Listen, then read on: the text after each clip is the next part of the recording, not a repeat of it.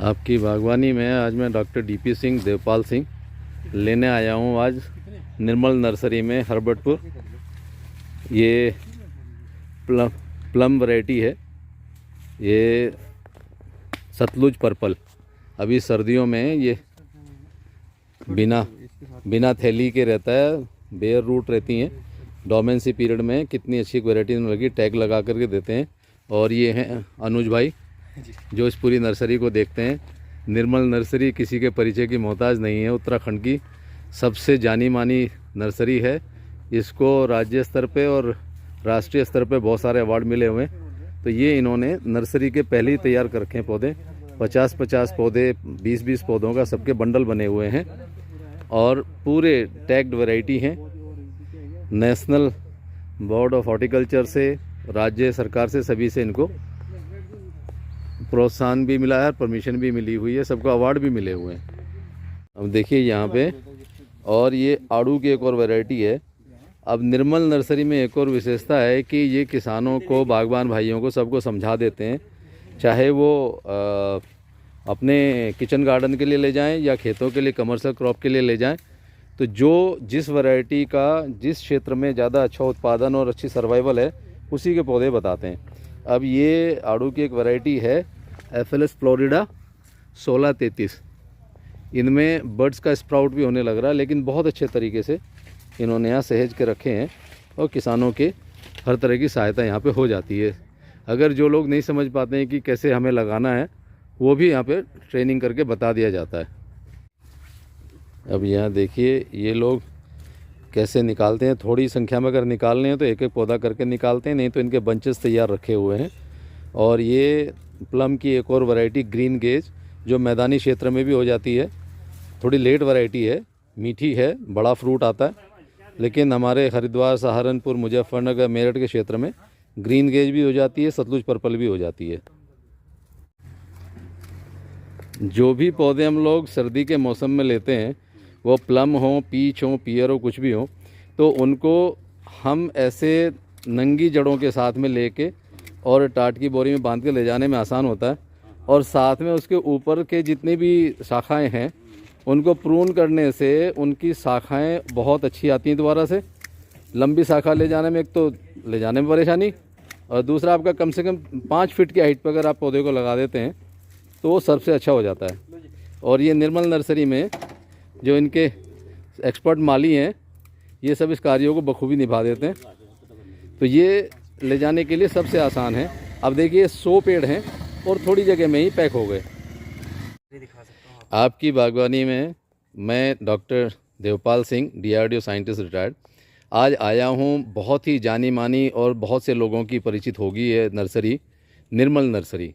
ये पोंटा साहिब से पहले और यहाँ हरबटपुर एरिया में आती है। और इस सब में नर्सरी में आने का सबसे बड़ा कारण है ये मिस्टर निर्मल सिंह, ये निर्मल तोमर जी हैं। नमस्कार जी। और ये आज एक जो मैं सबसे अच्छी चीज़ देखने के लिए दिखा रहा था, ये यहाँ पे ये इन्होंने गुआवा में ग्राफ्टिंग की हुई है। और ये वैरायटी है आपकी पूसा की, एकदम नई वैरायटी निकली है, पूसा प्रतीक्षा।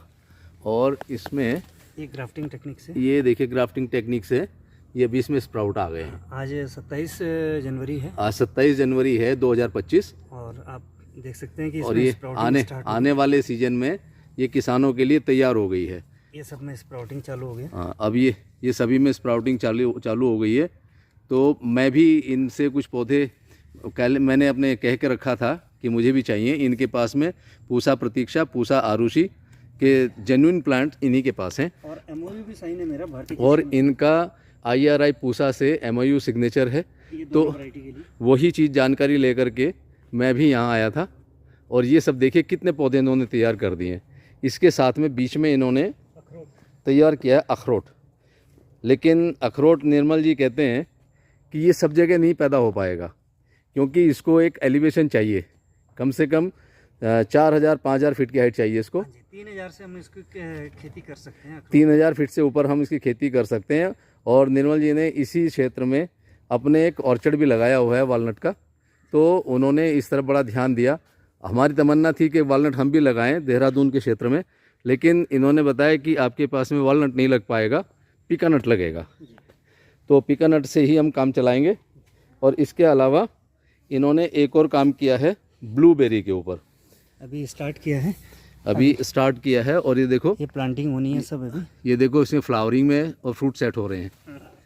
ये बहुत ही अच्छा काम कर रहे हैं पर्यावरण के लिए भी और किसानों के लिए। एक और अच्छी चीज़ ये बताते हैं, अपने आप तो लाखों रुपए खर्च करके जगह जगह ट्रेनिंग लोगों को देते भी हैं और अपने आप मौका देख करके सामान लेके आते हैं, मटेरियल लेके आते हैं। ये इन्होंने अपना ग्रीन हाउस बना रखा है जहाँ इतने सारा मल्टीप्लाई करते हैं और किसानों को गाइड करते हैं, ट्रेनिंग करते हैं कि आपके यहाँ कौन सा पौधा हो सकता है और कौन से पौधे से आपको अच्छी फसल मिल सकती है। तो ये वालनट है, ये सीडलिंग है, अभी इसकी ग्राफ्टिंग होनी है।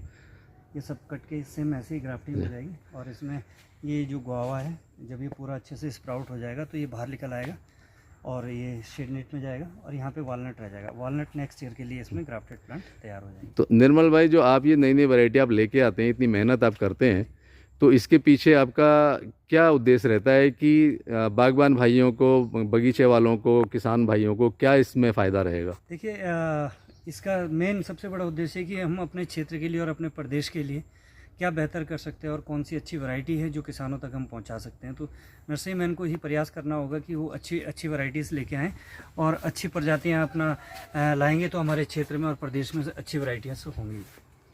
नहीं, ये इसके पीछे एक तो सोच आपकी ये होगी कि अच्छी वैरायटी आए, हाँ जी, पर्यावरण अच्छा रहे, साफ शुद्ध अपने पौधे मिलें, तो किसान इसमें ठगा सा महसूस ना करे।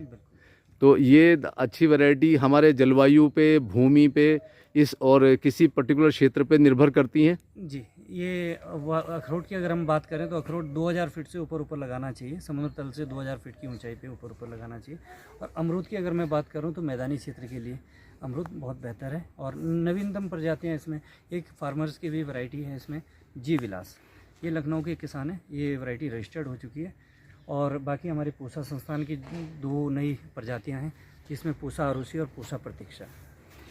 अभी मैं इसके अलावा अभी निर्मल भाई के यहाँ चंदन के पेड़ भी हैं जो इनके एग्रोनेट में यहाँ लगे हुए हैं, और मेरा ख्याल है और भी बहुत सारे रुद्राक्ष वगैरह के भी पेड़ हैं। काफ़ी सारी चीज़ें हैं, लेकिन आजकल थोड़ा जैसा आप देख पा रहे हैं कि पाले का बहुत ज़्यादा असर है। सर्दी का समय है, जनवरी का महीना है, तो काफ़ी पौधे इसमें डैमेज भी हो जाते हैं, ख़राब हो जाते हैं।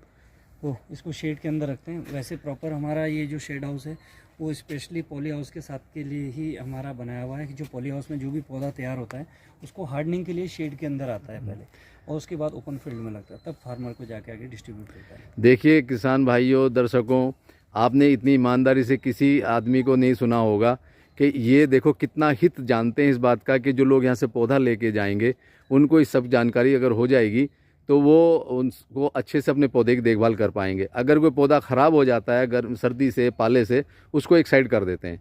तो पहले पौधे की हार्डनिंग अपने यहाँ कर देते हैं और फिर किसी किसान के यहाँ जाकर के या किसी बागवान भाई के यहाँ जाकर इसका नुकसान ना हो, इस बात का भी इनको ध्यान रहता है। तो इनके पास में कटहल की वैरायटी हैं और इसके अलावा लोकाट है, ये सहारनपुर सेलेक्शन है। तो लोकाट तो मुझे भी कुछ पौधे चाहिएंगे निर्मल भाई। और जामुन है, ये जामुन का भी इन्होंने पौधा सिलेक्शन वैरायटी से बनाया हुआ है।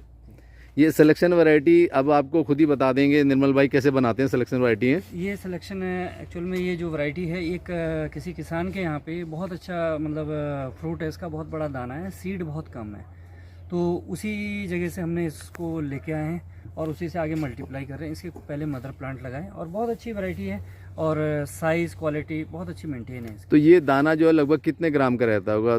दाना काफ़ी बड़ा है, वेट में तो नहीं मैं आपको बता पाऊंगा इसका प्रॉपर, मतलब 25-30 ग्राम का होगा। से ऊपर ही ऊपर है, क्योंकि जितनी हमारी अप्रोक्स जामुन होती है उनसे थोड़ा मोटा है दाना, है हटके हैं। और बीज भी किसी में आपको दिखाई पड़ेगा, किसी में आपको बीज नहीं दिखाई। और इसके लिए क्लाइमेट कैसी चाहिए? क्लाइमेट गर्म जलवायु चाहिए, ऊसर जमीन, बंजर जमीन में भी उगाया जा सकता है। इसका पेड़ कितने बड़े दूर तक फैलता है, कितनी दूरी पे लगा सकते हैं? जामुन का जो नॉर्मली हमें पेड़ लगाना चाहिए, पौधे से पौधे की दूरी मिनिमम आपको 25 फीट रखनी चाहिए। अच्छा, और लाइन से लाइन की दूरी हमारे को 20 फीट रखनी चाहिए। तो इसमें एक पौधे से हम कितनी उम्मीद करें कि कितने किलो जामुन निकल आती है? जामुन में देखिए जो इसकी फ्रूटिंग है थोड़ी सी, जामुन का जो ग्राफ्टेड प्लांट है वो थोड़ा सा देर में फ्रूटिंग करता है, लगभग 3 से 4 साल या 5 साल तक ले लेता है। कुछ पौधों में 3 साल में दिखाई पड़ता है और कुछ में 4 साल में, लगभग 5 साल के चलिए कि 5 साल में। उसके बाद इसमें बहुत अच्छी फ्रूटिंग होती है, बड़े आकार हैं।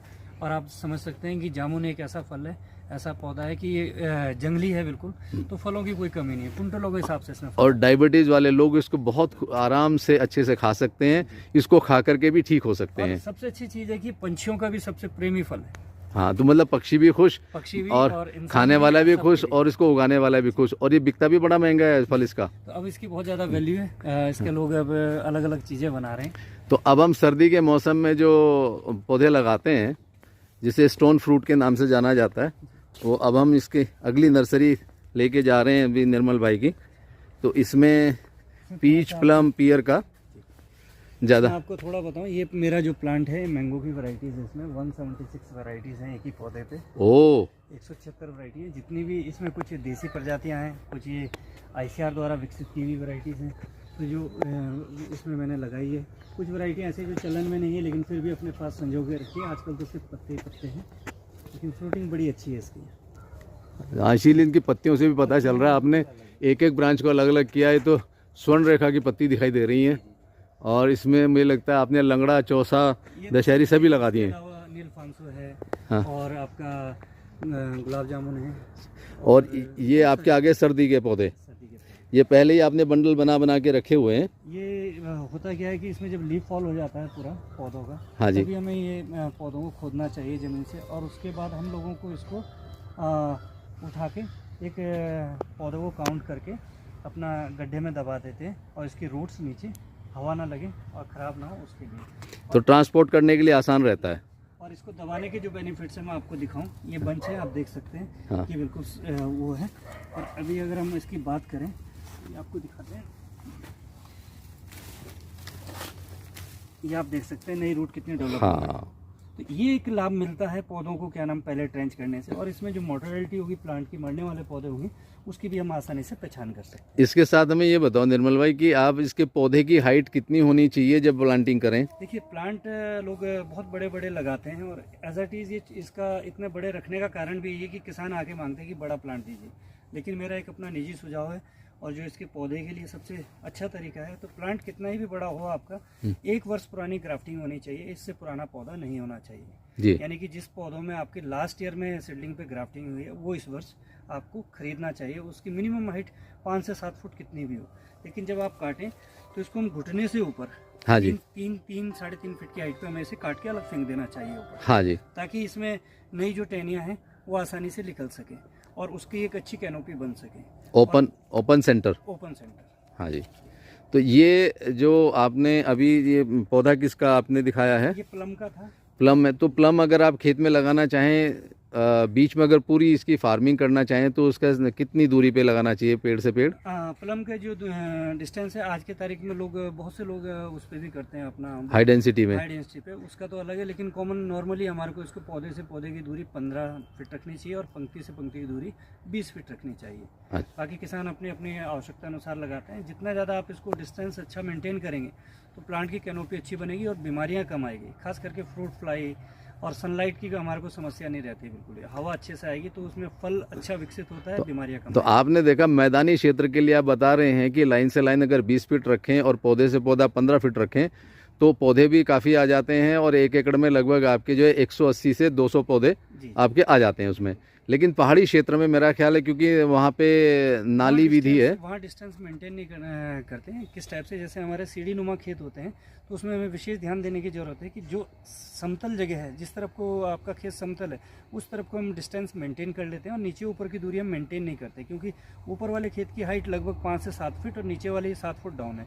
तो जब तक वो पौधा आपका 7 फीट जाएगा, तो ऊपर वाले खेत का प्लांट और ऊपर चला जाएगा, तो सनलाइट की और एयर की उसमें कोई प्रॉब्लम होती नहीं आएगी। तो आमने सामने की दूरी हमें मेंटेन करनी है 15 फीट के आसपास। तो इसका मतलब पहाड़ी जो क्षेत्र हैं, वहाँ पे आप लाइन के हिसाब से भी लाइन से लाइन की दूरी कम कर सकते हैं, और एक दूसरे हाइट को ध्यान में रखते हुए अब आप पौधे जो हैं उसके पास में लगा सकते हैं। पास में लगा सकते हैं। तो इसके अलावा जो आपके, एक तो प्लम के आपने बताई, तो इसी तरह से आपके प्लम में हाँ आड़ू हैं, फिर आड़ू है, आगे खुमानी है, एप्रिकॉट है। अच्छा, तो खुमानी के पौधे की दूरी क्या रखते हैं? इसकी भी लगभग यही दूरी रखते हैं, आड़ू प्लम खुमानी। वैसे तो इसको 20 बाई 20 पे लगाना चाहिए, खुमानी को। खुमानी, आड़ू, प्लम, तीनों चीज़ों को 20 बाई 20 की दूरी पे। वो तो पहले से सुनते आ रहे हैं, वो तो स्टैंडर्ड साइज है, लेकिन आजकल की जो तकनीक है जी जी और जोत छोटी हो रही हैं, और आजकल लोग प्रूनिंग पे ज़्यादा विश्वास कर रहे हैं, बिल्कुल। तो अगर आप उसको प्रॉपर प्रूनिंग करके रख सकते हैं तो तब आप कम से कम कितनी दूरी रखें? इसको पौधे से पौधे की दूरी 12 फीट रख सकते हैं,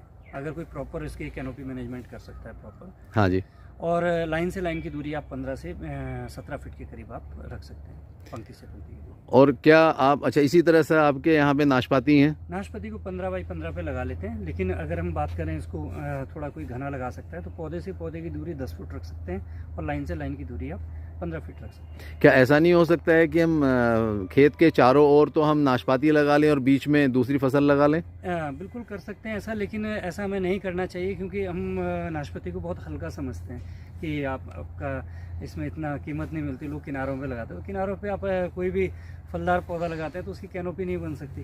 तो मेरा मानना ऐसा है कि इसको जब भी लगाएं अच्छे खेत में लगाएं और अच्छे डिस्टेंस मेंटेन करके लगाएं। और नाशपाती का भी ऐसा नहीं है कि बहुत अच्छा रेट भी मिलता है और किसान खूब लोग लगा रहे हैं डायरेक्ट पूरा खेत के अंदर एक पैच के रूप में लगाएं। अच्छा, आजकल एक और बड़ा जोर चल रहा है कि हम मैदानी क्षेत्र में सेब का पेड़ लगाएं। जी, तो सेब के पेड़ का भी आप थोड़ा एक कोई मुझे सैंपल दिखाइए। जी। सेब वैसे तो हमारा सारा सेल आउट हो गया, अभी कुछ पॉलीबैग्स में है। हाँ जैसा आप ये देख पा रहे हैं, ये एप्पल के प्लांट है।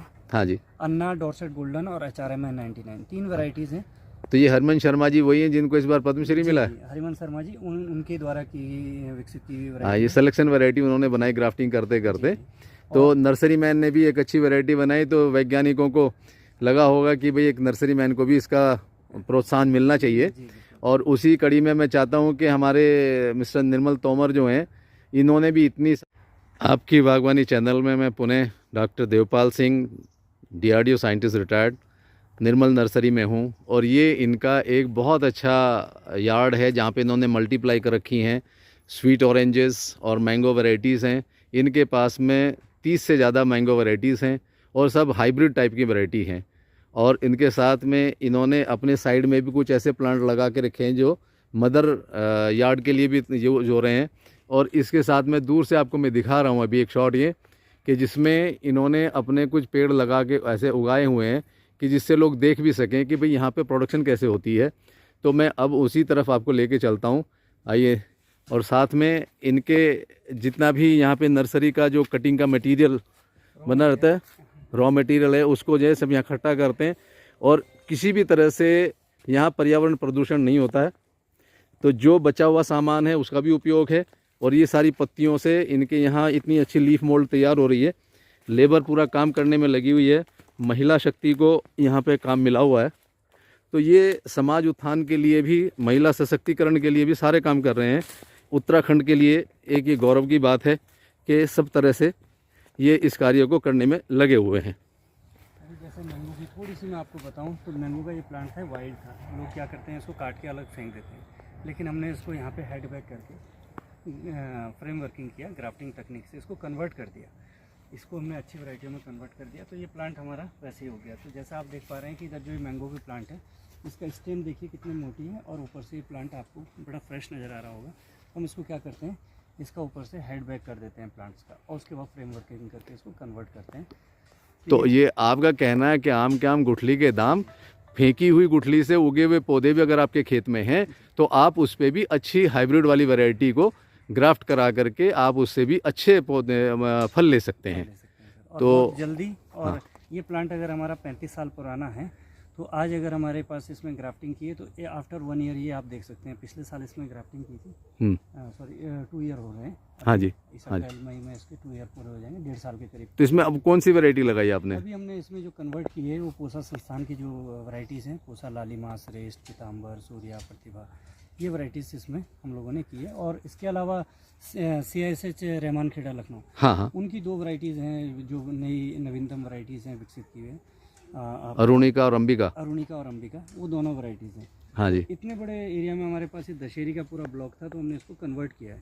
तो जल्दी ही हमारे इसमें फ्रूटिंग आ गई, और अच्छी फ्रूटिंग आने के बाद इसको हम बड वुड के लिए यूज़ करते हैं। तो आपने एक रेडीमेड गार्डन कर दिया है, और दशहरी को जो पेड़ आपके वो उत्पादक नहीं रहे थे, उनको आपने नई टेक्नोलॉजी के साथ में एक उत्पादक बगीचा तो बनाया ही है, साथ में हाइब्रिड वैरायटी का इंट्रोडक्शन उसमें आप कर दिया आपने। तो ये सर आपका अभी प्रूनिंग का जो हम बात कर रहे थे, हाँ जी। तो पीच प्लम का जो हमारा होता है तो इस टाइप से है, बहुत ज़्यादा फलत आती है, तो इसको हम क्या करते हैं थोड़ा प्रूनिंग कर देते हैं, जिससे कि इसका नेक्स्ट ईयर के लिए नई ब्रांचेस भी मल्टीप्लाई हो जाए, और दूसरा हमारा जो इसका लाभ मिलेगा, नंबर ऑफ़ फ्रूट भी थोड़े कम हो जाते हैं, जिससे कि साइज़ और क्वालिटी अच्छी मेंटेन हो जाती है। तो ये आपका वो है शान पंजाब? शान पंजाब है, इसमें अलग अलग वैरायटीज़ हैं, ये पूरा ब्लॉक नीचे तक है, 3 खेत लगे हैं। अच्छा, ये पीचेस हैं यहाँ पे? पीच, प्लम और पियर, ये हाँ। तीनों चारों चीज़ें हैं। तो इसमें लगभग आपके सब पेड़ जो हैं 10 बाई 10 पे लगे हुए हैं? ये 10 बाई 10 पे लगे हैं, लेकिन इसका हमारा मकसद ये है कि हमारे पास जगह कम है, तो इसमें आपको तो मदर प्लांट के यूज़ कर रहे हैं आप, और 200-250 प्लांट लगे हैं, तो हमारे को ज़्यादा से ज़्यादा प्लांट इसके मटेरियल मिल जाता है। मटेरियल मिलता है, और जब हमारे अच्छे फ्रूटिंग में प्लांट रहते हैं तो ही यूज़ करते हैं हम उसको।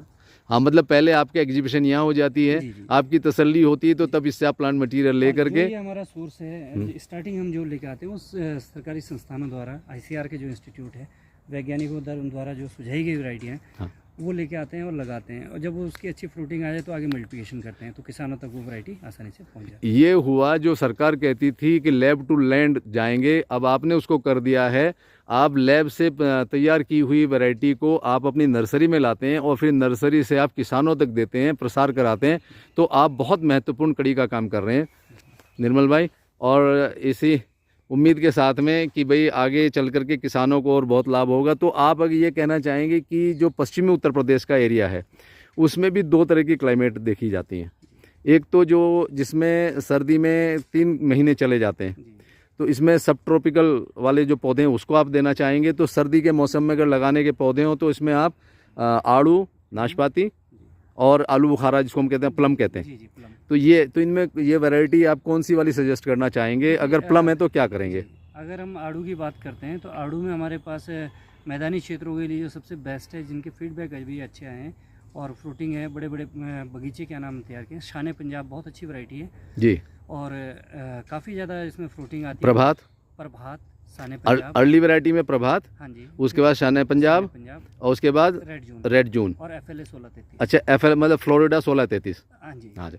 तो मतलब ये 4 वैरायटी ऐसी हैं कि जिसको लगा करके किसान अप्रैल से लेकर के और जून जुलाई तक, जून तक, जून तक में थोड़ा सा समय हमारा हाँ। और अर्ली हो जाता है, तो आप मई लास्ट तक मान के चलिए, जून तक नहीं। हाँ, जून में तो आपका अगर होगा तो प्लम्स हमारे पास शुरू हो जाएंगे। हाँ, मई और जून में हमारा सतलुज पर्पल और काला अमृतसरी और ग्रीन गेज 3 वैरायटीज़ हैं, जो तीनों वैरायटी। तो ग्रीन गेज हो जाएगा? अच्छा, ग्रीन गेज अच्छा होगा, लेकिन अगर बहुत ज़्यादा हमारा टेम्परेचर इंप्रूव होता है, जहाँ तक 40 डिग्री सेल्सियस टेम्परेचर होता है, 40 से कम होना चाहिए, 40 हाँ हाँ, ठीक है, लेकिन नंबर ऑफ फ्रूट कम हो जाएंगे। अच्छा, अगर इसका टेम्परेचर हमें गर्मियों में, अगर इसका टेम्परेचर अगर हमें 35 के आसपास मिलता है, तो वहाँ पे बहुत अच्छी फ्रूटिंग होती है। तो ग्रीन गेज का जैसे नाम ग्रीन है, तो इसका फ्रूट भी क्या ग्रीन ही रहता है पकने के बाद? पकने के बाद हल्का सा येलोइश होता है, लेकिन टेस्ट के मामले में अगर हम बात करें तो इससे बेस्ट टेस्ट किसी भी प्लम में, मतलब सबसे स्वीट है? सबसे स्वीट है, और इसकी दाना भी बड़ा होता है इसका। अच्छा, कितने ग्राम का होता होगा? 110 ग्राम का दाना मेरे पास निकला है। अच्छा, और इसका 100, 110, 110 प्लस, इससे ज़्यादा है। तो मतलब ये हुआ है कि अगर किसान चाहे तो आम की बागवानी के अलावा इसके बारे में भी सोच सकता है, और सर्दी में इनके नीचे वो और दूसरी फसलों को भी ले सकता है। और आपको मैं बताऊं, आड़ू की तो हमारी एक ऐसी कैश क्रॉप है कि आप इस वर्ष लगाइए, नेक्स्ट वर्ष फ्रूटिंग है इसकी, और इसकी बहुत ज़्यादा लॉन्ग लाइफ, वो और दूसरी फसलों को भी ले सकता है। और आपको मैं बताऊं, आड़ू की तो हमारी एक ऐसी कैश क्रॉप है कि आप इस वर्ष लगाइए, नेक्स्ट वर्ष फ्रूटिंग है इसकी, और इसकी बहुत ज़्यादा लॉन्ग लाइफ भी नहीं है। अच्छा, पीचेस की जो हमारी आड़ू की जो हमारी है, इसकी बहुत ज़्यादा लॉन्ग, मतलब 12-15 साल, 10 से 15 साल के बीच में ये आपका ख़राब भी हो जाता है, लेकिन इसकी फ्रूटिंग ईल्ड बहुत ज़्यादा है। तो इसीलिए पहले आम के बगीचों में फिलर के रूप में इनको लिया जाता था। 5-6 आम शुरू में फ्रूटिंग नहीं देता, हाँ। तो इसके बीच में क्या नाम, इंटरक्रॉप, हाँ, आड़ू ले लो, प्लम ले लो, प्लम ले लीजिए, लेकिन नाशपाती थोड़ा लंबा चलती है। नाशपाती की लॉन्ग लाइफ है। हाँ, तो उसको, और ये जामुन के बारे में आप क्या कहेंगे? जामुन को हमारे को थोड़ा सा लॉन्ग टर्म का है, लॉन्ग टर्म का, और जहाँ पे बिल्कुल किसी पर बंजर जमीन है, उन जगहों पे एक और पहले होता था, सहारनपुर की बड़ी फेमस होती थी लोकाट, तो लोग वापस उसकी तरफ आ रहे हैं कि नहीं? लोकाट का एक्चुअल में जितना मार्केट रेट मिलना चाहिए उतना मार्केट रेट नहीं मिल पाया। पहले लोग किलो में खरीदते थे, अब तो पाव में खरीदते हैं। लेकिन लोकाट का उत्पादन बहुत गिरा है, क्योंकि हाँ। तो प्लांटिंग मटेरियल लोगों कम ने है। पहले इंटरेस्ट ही नहीं था, हाँ, अब दोबारा बढ़ रहा है, तो अब लोग इसको मल्टीप्लाई भी कर रहे हैं, प्लांट लगा भी रहे हैं। अब प्लम्स का भी इसी टाइप से हुआ है। अब एक और आपसे एक सवाल है कि ये सब चीज़ें होने के लिए हमें एक जेन्युइन नर्सरी, एक जगह की पौधे की ज़रूरत होती है। वो तो हमें हमारी खोज ख़त्म हो जाती है जब हम ये निर्मल नर्सरी में आ जाते हैं। लेकिन क्या यहाँ पर जो पैसे लिए जाते हैं, जो इनके दाम रखे जाते हैं, मेहनत तो आपकी अथक रहती है, लेकिन क्या किसान उसको अफोर्ड कर पाता है? देखिए, रेट की अगर हम बात करें, रेट और क्वालिटी दो चीज़ें बहुत मेंटेन करके रखी है। हमारे पास भी इतनी लेबर है, स्टाफ है, प्लांटिंग मटेरियल का जो कॉस्टिंग आती है और लागत आता है, खाद है, बीज है, दवाइयाँ हैं, ये सब चीज़ें अगर हम सबको मिलाएं तो हमारा सिर्फ लागत मूल्य ही इसमें लग जो पाता है। प्राइस रखे हैं, जैसा कि आपने देखा है अभी तक भी कोई चीज़ का कम से कम भी है, ज़्यादा से ज़्यादा भी है, लेकिन जैसी जिस पौधे में जिस हिसाब से लागत आ रही है उस हिसाब से मूल्य। किसी के साथ धोखाधड़ी नहीं है कि नहीं आपको कुछ और रेट पे दे तो दिया, इसीलिए आपकी रेट लिस्ट पहले से पब्लिश रहती है। पब्लिश रहती है। जबकि कोई रेट लिस्ट पब्लिक, कोई भी नर्सरी वाला आपको रेट लिस्ट पब्लिश नहीं, अब करता। मैं थोड़ी देर बाद में, आप मुझे रेट लिस्ट दीजिएगा तो आपको हम इसमें पब्लिश करेंगे आपकी रेट लिस्ट को। तो जिस किसान भाई को, बागबान भाई को, किसी भी किचन गार्डन वाले को पौधों की ज़रूरत होगी, वो आकर के अपने उसी हिसाब से प्लानिंग कर सकता है। और आपको सैल्यूट है कि आप वैज्ञानिकों के काम को अपने यहाँ मल्टीप्लाई करते हैं, जेन्युइन वैरायटी के साथ रखते हैं, उसकी प्रैक्टिस बताते हैं, किसानों को समझाते हैं कि उनके यहाँ क्या फसल होगी और क्या नहीं हो पाएगी, और फिर पर्यावरण का ध्यान रखते हुए लोगों की सेवा करते हैं। आप वाकई धन्यवाद के पात्र हैं। और इसके अलावा अब आगे कोई और ऐसी कोई आप पौधा बताना चाहते हैं जो यहाँ के क्षेत्र के लोगों के लिए अच्छा हो? देखिए, आम अमरूद तो हम लगा ही रहे हैं यहाँ पे। इसके अलावा नींबू भी एक ऐसी फसल है, नींबू वर्गीय हमारा, मौसमी और नींबू, कागजी नींबू, इसका भी मौसम भी हो जाएगी? मौसम भी बहुत अच्छी हो रही है। अभी मेरे पास वीडियोस हैं, खाली मेरे पास लगी है, 5 एकड़ में मेरे पास लगी है। अच्छा, और मौसमी की बहुत न्यूज़ कितनी पुरानी है? मेरा अभी 3 वर्ष के पौधे हैं। तो क्या उसमें फ्लावरिंग हो गई? लगभग एक प्रति पौधे से मैं उसमें 25 से 30 किलो फ्रूटिंग ले रहा हूँ। New seller? न्यू सेलर में। अच्छा, मार्केट में बिक जाती है? इस वर्ष जो मैंने बेचा है उसकी जो फ्रूटिंग है, तो मैंने बेचा है उसको 60 रुपये किलो। अच्छा, तो ये तो आपने बड़ी अच्छी खबर दी। तो ये तो बागवान भाइयों के लिए बहुत अच्छी खबर है। न्यू सेलर, जबकि ये माल्टा ही बिकता है मैक्सिमम। हाँ। और तो क्या इसके वाले पौधे जो हैं उसको आप कितनी दूरी पे रिकमेंड करते हैं? इसकी जो डिस्टेंस है मैं 20 फीट रिकमेंड करता हूँ। अच्छा, सॉरी 15 फीट। हाँ। रो टू रो 20 फीट। अच्छा, मतलब आपके लिए ज़्यादा उपयुक्त चीज़ ये है कि लाइन से लाइन 20 फीट रखें और पौधे से पौधा 15 फीट। किसानों के लिए दो लाभ हो जाते हैं। एक तो नंबर ऑफ प्लांट अच्छे आ जाते हैं। हाँ, बहुत ज़्यादा अल्ट्रा हाई डेंसिटी नहीं हुआ। हाँ, कम डिस्टेंस में ही पौधे भी थोड़े ज़्यादा लग गए, और अंदर इसके अंदर इंटरक्रॉप आप कर सकते हैं। और बगीचा बागवानी तभी सक्सेस है अगर आप इसके साथ में खेती कर रहे हैं। अगर खेती नहीं कर रहे, ज़मीन बंजर छोड़ेंगे, तो बागवानी भी आपकी फेलियर है। तो आपको जो भी आप बगीचा लगाते हैं किसी भी क्रॉप का, तो आप ये माइंड में हमेशा सेट रखें कि हाँ, मैं इसके अंदर साग सब्जी, तिलन दलहन, ये चीज़ें हम लोग इसमें फसलों को उगाते रहें, इससे पौधे को भी लाभ मिलेगा। अब मैं चलते चलते आपसे एक और सवाल पूछना चाहूँगा। आजकल देखो, पहले होते थे परंपरागत किसान, उसके बाद में हुए जो हाई डेंसिटी वाले किसान, जो लोग बहुत ज़्यादा टेक्नोलॉजी के साथ में साधन उनके पास हैं, और एक दूसरे किसान तरह जा नहीं कह सकता मैं, लेकिन ऐसे लोग हैं जो सर्विस कर लेते हैं और उनको पर्यावरण की चिंता होने लगती है फिर, और बाद में रिटायरमेंट के बाद में उनका पैसा भी हो जाता है, तो वो चाहते हैं कि कहीं फार्म हाउस ले लें और वहाँ पे कुछ अपने लायक एक गाय रखें, देसी गाय, अपने लिए कुछ पेड़ पौधे लगाएं, अपनी फसल लगाएं। तो ऐसे लोगों के लिए आप कौन कौन सी चीज़ें रिकमेंड करना चाहेंगे? इस टाइप का अगर कोई करना चाहता है, क्योंकि उनका जो मेन टारगेट होता है वो होता है कि सभी तरह के हमारे को फ्रेश नेचुरल फ्रूट्स हैं। तो जलवायु के हिसाब से, जैसे पर्वतीय क्षेत्रों में कोई अगर है, घाटियों में है, उनके लिए आम भी हो सकता है और अमरूद भी हो सकता है, और आपका छोटा लो चिलिंग की जैसे एप्पल वैराइटीज़ है, पीचेज़ है, प्लम है।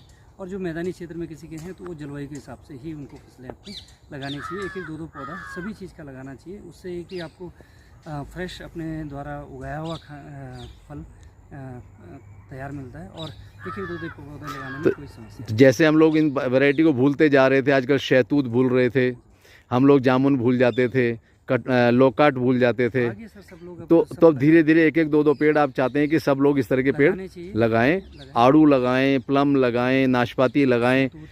तो ये सारी वैरायटी अपने घर में सब हो जाएंगी और तरह तरह की उनकी पूर्ति होती रहेगी। और मिलता भी रहता है समय के हिसाब से। आपको हर फ्रूट आपको बाजार से नहीं लेना पड़ता, अपने द्वारा उगाया हुआ फल आप खा सकते हैं। उसमें आपको ये भी पता है कि मैंने कितना जहर डाला है, पता रहता है कि हम कितना जहर खा रहे हैं। बाजार से ला रहे हैं तो साइकिलिंग हो रही है कि वापस हमारे पास ही। तो किसान बागवान भाइयों, दर्शकों, आप सबको मैं अभी फिर से, अभी निर्मल भाई को हमने काफ़ी देर से विजिट किया यहाँ पे, और आप सबको बहुत सारी शुभकामनाओं के साथ आप पर्यावरण के और देश की सबकी बहुत अच्छी से सेवा हो रही है और ऑर्गेनिक की तरफ इनका पूरा रुझान है। इनके यहाँ भी कोई इंसेक्टिसाइड पेस्टिसाइड इस तरह का नहीं होता है, नेचुरल एकदम से पूरी नर्सरी डेवलप करते हैं।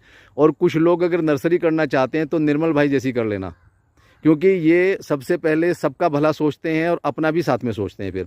लेकिन सिर्फ ये कि हम किसी भी तरह के पेड़ पौधे बेच करके और फिर उसमें किसान जा कर के या बागबान जाके परेशान हो, वो ऐसा काम ये नहीं सोचते हैं। तो मैं उन सभी से ये कहूँगा कि जो लोग पहले अपने यहाँ उगाते हैं और फिर ऐसे तैयार करते पौधे, वो सब धन्यवाद के पात्र हैं। उनमें से निर्मल भाई भी धन्यवाद के पात्र हैं। आज के लिए विराम देते हैं, फिर बाकी कुछ अगली वीडियो में करेंगे। नमस्कार।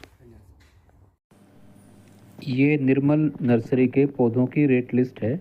आप चाहें तो उनको पिक्चर को स्लो करके स्टिल करके देख सकते हैं रेट लिस्ट, और आप अपने अनुसार ये जो पौधे हैं वो ले सकते हैं निर्मल नर्सरी से। वीडियो को थोड़ा सा रोक करके या स्पीड कम करके भी आप इसको चेक कर सकते हैं। आप लोगों का धन्यवाद।